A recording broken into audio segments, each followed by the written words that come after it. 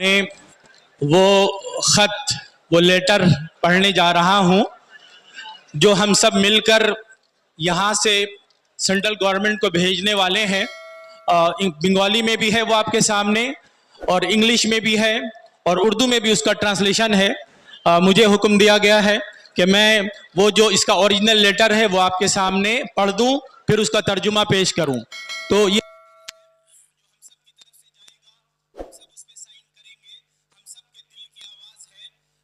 है to honourable prime minister of India, PMO South Block New Delhi.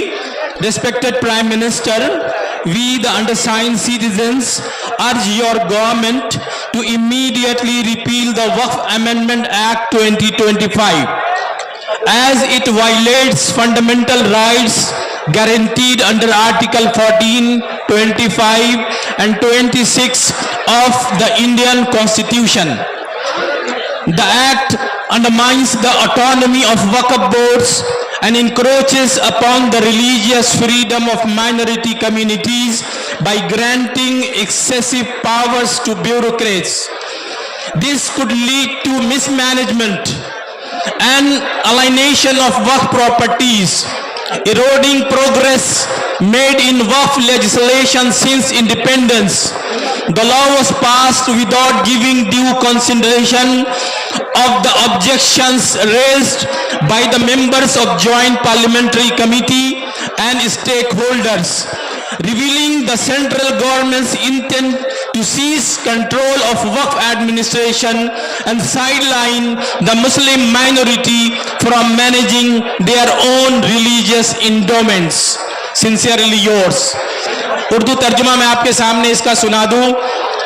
मोहतरम वजीर आजम, हम दस्तखत कुनंदगान, दस्तखत करने वाले आपकी हुकूमत से मुतालबा करते हैं कि 2025 का वक्फ तरमीमी कानून फौरी तौर पर मनसूख किया जाए, क्योंकि यह हिंदुस्तानी आईन के आर्टिकल 14, 25 और 26 के तहत दिए गए बुनियादी हुकूक की खिलाफ वर्जी करता है।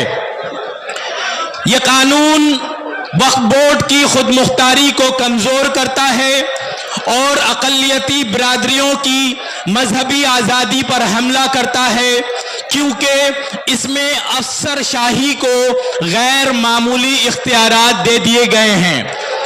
इसके नतीजे में वक़्फ़ जायदादों का गलत इंतज़ाम, मिसमैनेजमेंट, उनकी अलहदगी और आज़ादी के बाद वक़्फ़ कानून साजी में होने वाली कोशिशों को नुकसान हो सकता है।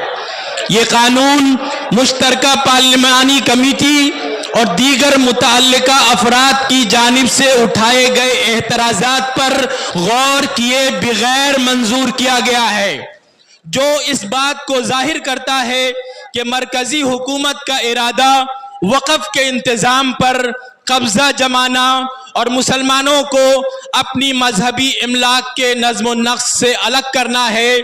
हम आपकी ताईद चाहते हैं, आवाज़ से बताइए कि हम हुकूमत से मुतालबा करते हैं कि 2025 का वक्फ अमेंडमेंट बिल फौरन मनसूख किया जाए। आप सब इसकी ताईद करते हैं?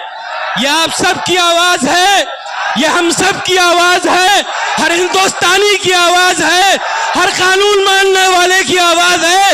यह कानून हम नहीं मानते, यह कानून खुला हुआ जुल्म है। हम जुल्म के खिलाफ एहतिजाज कर रहे हैं। हम हिंदुस्तानी हैं, हिंदुस्तान के कानून का एहतराम करते हैं और बहुत अदब से मुतालबा करते हैं कि यह कानून फौरन मनसूख किया जाए। বোঝা গেল। প্রধানমন্ত্রী আমি শোনাবো একটু পরে, অন্য বন্ধুদের বক্তৃতা হয়ে যাক। আইন তৈরি করেও পার্লামেন্ট এবং ওই আপনার মন্ত্রিসভা আইন বাতিল করতে পারে। নরেন্দ্র মোদী সরকার এর আগেও অনেক আইন বাতিল করেছেন, সেটা একটু পরে আপনাদের বলবো। বাংলায় অনুবাদটা আমাদের কাজী আরিফ রেজা, চলো মাইক নাও।